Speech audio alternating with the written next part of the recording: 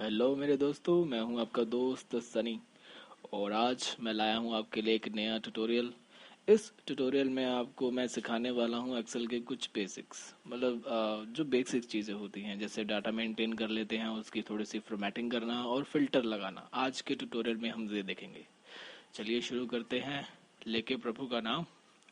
Okay, सबसे पहले कुछ हम टाइप कर लेते हैं और उसके बाद उसको समझना शुरू करते हैं। ठीक है, मैंने यहाँ लिखा name, Hindi, maths, science, SST and English. ठीक है, तो आज हम फॉर्मूलाज नहीं करेंगे क्योंकि मैंने पहले वाले ट्यूटोरियल्स में कुछ फॉर्मूलाज बताए। आज सिर्फ हम फॉर्मेटिंग पे ध्यान देंगे। ठीक है,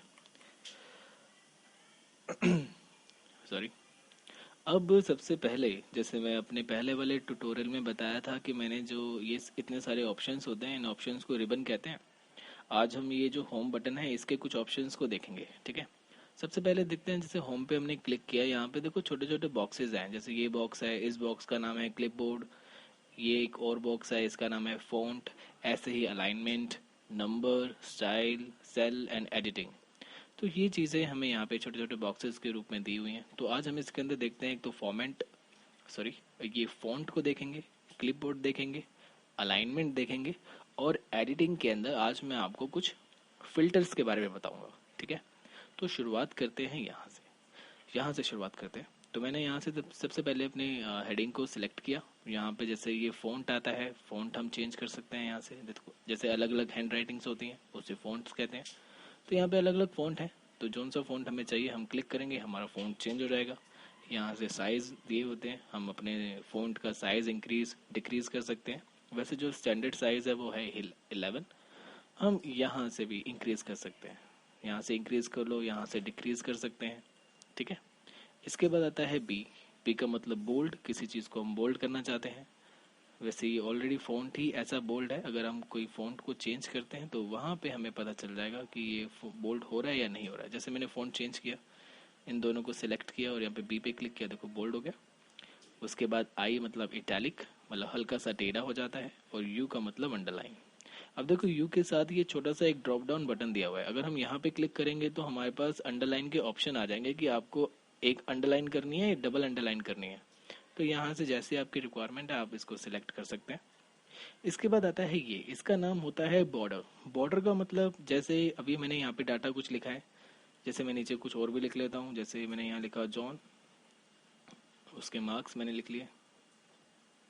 अब जैसे हम इसका प्रिंट निकालते हैं, जैसे ये ऑफिस बटन है, यहाँ पे जाते हैं, सॉरी, यहाँ पे जाते हैं और यहाँ पे मैंने जैसे प्रिंट किया, प्रिंट प्रीव्यू। अब जैसे मैं यहाँ पे डाटा देख रहा हूँ तो डाटा पे देखो बॉक्सेस नहीं आ रहे हैं। एक्सेल पे जब हम लिख रहे थे तो वहाँ पे सेल था, सेल की आउटलाइन हमें नज़र आ रही थी, लेकिन प्रिंट के अंदर नहीं आ रही। तो अगर हम चाहते हैं कि जो हमने डाटा बनाया प्रिंटिंग के अंदर भी उसके बॉर्डर्स आए, तो हमें यहाँ पे जाना है। बॉर्डर्स में जाएंगे, यहाँ पे बॉटम बॉर्डर है, मतलब आप सिर्फ नीचे नीचे बॉर्डर दे सकते हैं। टॉप बॉर्डर है, लेफ्ट राइट। तो मैं फिलहाल यहाँ पे ऑल बॉर्डर कर देता हूँ। ऑल बॉर्डर करने से क्या होगा कि मुझे चारों तरफ लाइन मिल जाएंगी। अब जाके देखते हैं प्रिंट प्रीव्यू। ठीक है, यहाँ पे हमें लाइंस मिल गई, वेरी गुड। चलिए आगे चलते हैं। आगे हमें दिया हुआ है ये फिल कलर। फिल कलर मतलब जो ये सेल हैं इनका बैकग्राउंड कलर हमें क्या चाहिए। बाय डिफ़ॉल्ट तो वाइट आता है, हम इसको अपने अकॉर्डिंग चेंज भी कर सकते हैं। ठीक है, इसका ये कर दिया, इसका ये कर देते हैं, और इसका ये कर देते हैं, सॉरी उसी का चेंज कर दिया मैंने। ठीक है, तो हमें समझ आ गया कि ये क्या करता है, ये बैकग्राउंड चेंज करता है और इसका नाम क्या होता है, फिल कलर। इसके आगे चलते हैं, ये इसका नाम होता है फॉन्ट कलर। फॉन्ट कलर मतलब जो हमने ये कंटेंट हमारा लिखा हुआ है इसका कलर हमें क्या चाहिए। तो यहाँ पे क्लिक करते हैं, यहाँ से इसका कोई भी ऑटोमेटिक कलर हम चेंज कर सकते हैं।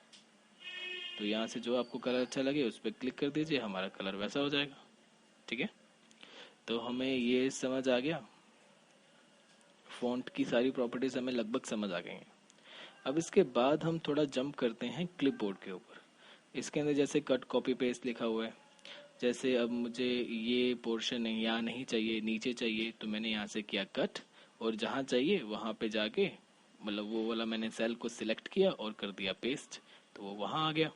अब जैसे ये पोर्शन मुझे यहाँ पे भी चाहिए और मतलब ये वाला पोर्शन यहाँ पे भी होना चाहिए और इसकी नीचे वाली लाइन में भी आ जाए। तो मैं आपकी बार क्या करूँगा, कॉपी और नीचे वाला एक सेल को सिलेक्ट करके यहाँ पे कर दूंगा पेस्ट। ठीक है, तो ये कट कॉपी पेस्ट हमें समझ आ गया। शॉर्टकट देखो, अगर 2 मिनट के लिए हम कर्सर उसके ऊपर रखते हैं तो उसका नीचे यहाँ पे, सॉरी चला गया वो, वहाँ पे देखो लिखा आ रहा है कंट्रोल एक्स, मतलब इसका शॉर्टकट है। तो कट के लिए कंट्रोल एक्स, कॉपी के लिए कंट्रोल सी और पेस्ट के लिए कंट्रोल वी होता है। अब बात आती है ये फॉर्मेट पेंटर। ये फॉर्मेट पेंटर क्या होता है? फॉर्मेट पेंटर को समझने के लिए मैं यहाँ पे थोड़ा सा डाटा और मेंटेन कर लेता हूँ। जैसे मैंने यहाँ लिख दिया एल्बर्ट और यहाँ पे उसके कुछ मार्क्स मैं लिख देता हूँ, ये कुछ मार्क्स है। अब मैं चाहता हूँ कि जो ये वाला सेल है या ये वाला सेल है, ये वाले सारे सेल ऐसे नज़र आने चाहिए। तो पहला स्टेप तो ये होगा कि मुझे पता होना चाहिए कि इसको ऑरेंज कलर बैकग्राउंड देना है, तो मैं यहाँ जाके कर सकता हूँ। फ़ॉन्ट कौन सा है मुझे यहाँ से देखना पड़ेगा कि इसमें ये वाला फ़ॉन्ट लिखा हुआ है और इसका कलर यहाँ से। एक शॉर्टकट क्या है कि फॉर्मेट पेंटर। फॉर्मेट पेंटर को जैसे ही हम क्लिक करेंगे, ये क्या करेगा कि इस सेल की जो भी फॉर्मेटिंग है उसको कॉपी कर लेगा।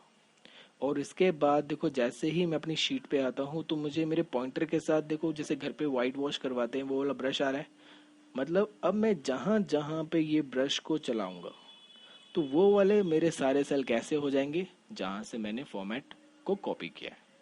समझ आया ये फॉर्मेट पेंटर कैसे काम करता है? चलो, हमें ये दो चीज़ें समझ आ गई, क्लिपबोर्ड समझ आ गया, फॉन्ट वाला बॉक्स समझ आ गया। अब जंप करते हैं ये अलाइनमेंट पे। अब जो ये अलाइनमेंट वाला आता है, ओ सॉरी, आता है, यहाँ पे हमें ये अलाइनमेंट मिलती है 6 टाइप्स की। तो पहले ही हम 3 तो हमें पता ही है, जैसे लेफ्ट सेंटर राइट होता है। अब जैसे ये वाला सेल है, मैं यहाँ से इसको थोड़ा सा इंक्रीज कर लेता हूँ, इसकी विड्थ और हाइट भी इंक्रीज कर लेता हूँ। अब देखो ये सेल एक इतना बड़ा है और इतने पोर्शन पे एल्बर्ट लिखा हुआ है, तो यहाँ से हम इसको लेफ्ट सेंटर राइट कर सकते हैं और यहाँ से टॉप मिडल एंड बॉटम कर सकते हैं। ठीक है, ये बात क्लियर हो गई। इसके बाद ये होता है ओरिएंटेशन। ओरिएंटेशन का मतलब जो हमारा कंटेंट है, मतलब जो सेल में हमारा टेक्स्ट लिखा हुआ है उसकी डायरेक्शन हम चेंज कर सकते हैं। जैसे यहाँ से हमने ये कर लिया, ऐसा कर सकते हैं, ऐसा कर सकते हैं। तो काफ़ी सारे यहाँ पे ऑप्शन हमें दिए हुए हैं। ठीक है, ये भी हमें क्लियर हो गया। इसके बाद आता है नीचे, ये इसका नाम है decrease indent and increase indent. ये क्या करते हैं, ये बेसिकली मार्जिन इंक्रीज डिक्रीज करते हैं। जैसे मैंने ये वाला सेल सेलेक्ट किया, मैं यहाँ से इंक्रीज करता हूँ, इसका इंडेंट देखो 45 मेरा मूव हो रहा है आगे की तरफ, इसे करूँगा तो कम होगा। तो इससे अपना स्पेस इंक्रीज डिक्रीज आप कर सकते हैं। ठीक है, ये भी बात क्लियर हो गई। इसके बाद आता है हमारे पास रैप टेक्स्ट। रैप टेक्स्ट का मतलब कि जैसे मैं यहाँ पे कुछ लिखता हूँ, जैसे मैंने यहाँ लिखा माइक्रोसॉफ्ट एक्सेल। अब देखो, मैंने जिस सेल में माइक्रोसॉफ्ट एक्सेल लिखा है वो छोटा सा था, लेकिन जब मैंने लिखा माइक्रोसॉफ्ट एक्सेल तो जो ये एक्सेल है ये आगे वाले सेल को ओवरलैप कर रहा है।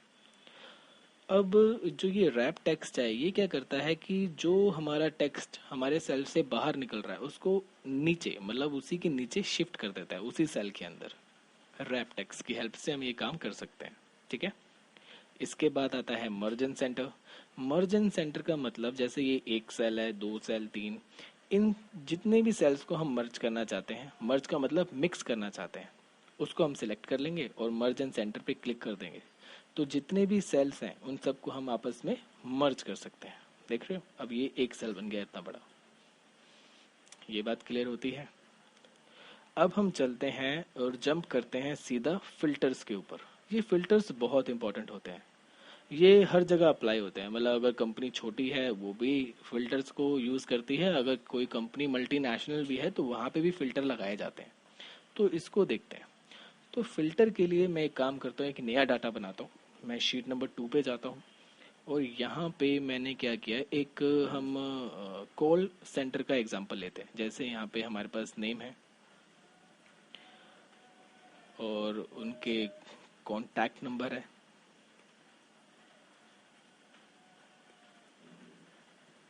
और यहाँ पे उनके रिमार्क्स हम देते हैं।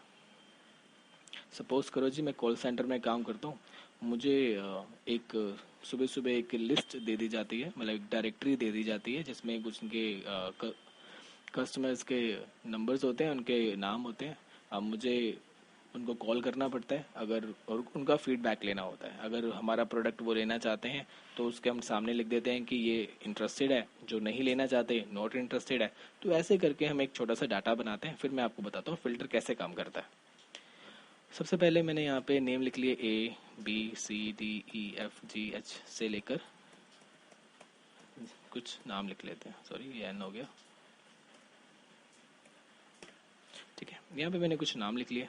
कॉन्टैक्ट नंबर के लिए मैं कुछ भी अपनी मर्जी से लिख देता हूँ, 981 जो भी है, ये मेरा नंबर हो गया। और इसी को मैं नीचे कॉपी कर लेता हूँ और यहाँ पे फिल सीरीज कर देता हूँ, ठीक है। अब फिल सीरीज करने से क्या हुआ, जो मैंने एक नंबर दिया था, अब मैंने जो उसको कॉपी किया है नीचे, तो उसकी नंबरिंग अलग आ रही है, जैसे 50, 51, 52, इसे कहते हैं फिल सीरीज, ठीक है। इसके बाद हमारे पास रिमार्क्स आते हैं, जैसे मैंने फ़ोन उठाया, एक को कॉल किया और उसने कहा कि हाँ सर मैं आपका प्रोडक्ट लेने के लिए रेडी हूँ, तो मैंने इसके सामने लिख दिया इंटरेस्टेड। और किसी को फ़ोन किया, उसने कहा कि सर मुझे नहीं चाहिए, तो मैंने लिख दिया नॉट इंटरेस्टेड।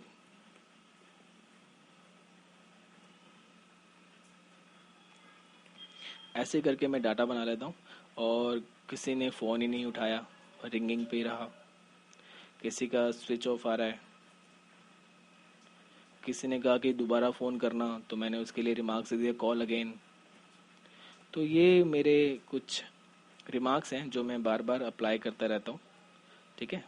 इसी को कॉपी कर लेते हैं ताकि हमारा थोड़ा टाइम बच जाए, ठीक है। ये डाटा बन गया। और मैं अपनी जो हेडिंग है इनको थोड़ा सा बोल्ड कर लेता हूँ, सिलेक्ट करके बी पे क्लिक किया, वो बोल्ड हो गया, ठीक है। अब हमें देखना है, फिल्टर करना है। फिल्टर का मतलब देखो, फिल्टर को हिंदी में कहते हैं किसी चीज़ को छानना, ठीक है। अब फिल्टर मुझे लगाने हैं और मैं अपने डाटा में से देखना चाहता हूँ कि ऐसे कितने लोग हैं जो इंटरेस्टेड हैं, ताकि मैं उनकी जो ये लिस्ट है मैं आगे अपने डिपार्टमेंट में ट्रांसफ़र करूँ और वो बात को आगे बढ़ाए। तो इसके लिए अब मुझे सिर्फ देखने हैं इंटरेस्टेड वाले। अब अभी तो मैंने डाटा कम बनाया है, ये डाटा ज़्यादा भी हो सकता है, 200 200 300 कॉल्स हमें एक दिन में करने पड़ जाते हैं। तो उसने उस सब डाटा में से सिर्फ इंटरेस्टेड वाले देखने हैं, तो कैसे देख सकते हैं, उसको कहते हैं फ़िल्टर। हमने हेडिंग को सिलेक्ट किया, फ़िल्टर में गए और यहाँ पे फ़िल्टर पे क्लिक कर दिया। अब देखो, जब भी फ़िल्टर लगता है उसके सामने ये एक छोटा सा ड्रॉप डाउन बटन आ जाता है। इससे हमें पता चल जाएगा कि हमारा फ़िल्टर लग गया। अब इसके ऊपर हम क्लिक करेंगे और देखो यहाँ पे सारे रिमार्क्स आ रहे हैं जो हमने दिए थे। अब जो हम देखना चाहते हैं सिर्फ टिक उसी के सामने रखेंगे। जैसे मुझे इंटरेस्टेड वाले देखने हैं तो उसी के सामने टिक लगाया और ओके कर दिया, तो सिर्फ इंटरेस्टेड वाले आ गए, ठीक है। अब मुझे देखने हैं कि कॉल अगेन वाले कौन से लोग थे, मतलब जिनको मैंने कॉल किया उन्होंने कहा कि दोबारा कॉल करना, तो मैं आपकी बात क्या करूँगा, इंटरेस्टेड से हटा के कॉल अगेन पे कर दूंगा, ओके कर दूंगा, तो मुझे कॉल अगेन के आ गए, ठीक है। अब मुझे सारे ही देखने हैं तो मैं करूँगा सिलेक्ट ऑल और कर दूंगा ओके, तो मेरे पास सारा जितने भी जो भी मेरा पूरा डाटा था वो सब मेरे सामने आ जाएगा, ठीक है। तो समझ आया आपको ये। तो आज इस ट्यूटोरियल में हमने सीखा कि फॉर्मेटिंग कैसे करनी है और प्लस फिल्टर्स कैसे लगते हैं और कैसे चेक किए जाते हैं। चलिए ठीक है, आज के ट्यूटोरियल में इतना ही करते हैं। अगर आपको ये ट्यूटोरियल अच्छा लगा हो तो इसको लाइक करना ना भूलें, और हमारा एक फेसबुक पेज है जिसका लिंक मैंने डिस्क्रिप्शन में दिया हुआ है, और उसको भी लाइक करना ना भूलें। मिलता हूँ मैं आपको एक्सेल के एक नए ट्यूटोरियल में। आज के लिए बाय, टेक केयर।